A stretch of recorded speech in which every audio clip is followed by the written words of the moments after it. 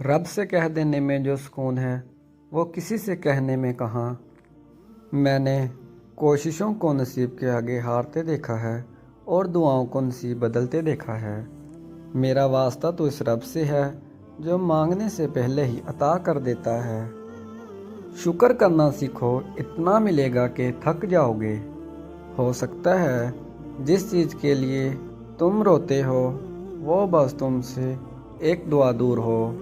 सिर्फ दिखावे के लिए अच्छा बनना बुरे होने से ज़्यादा बुरा है। उससे पहले कि मिट्टी का बदन खाक बने, वज़ू हो के मसल्ले पे जवानी रख दो। तुम कौन हो, क्या हो, ये अल्लाह के सिवा कोई नहीं जान सकता। तो फिर क्यों लोगों की बातों को तुमने दिल से लगा लिया। हवाएं मौसम का रुख बदल देती हैं और दुआ मुसीबतों का। जब वक्त करवट लेता है ना, तो बाजियां नहीं जिंदगियां पलट जाती हैं। जो कहानी अल्लाह के सुपुर्द कर दी जाती है, उस कहानी का इख्तिताम कभी उदास नहीं होता।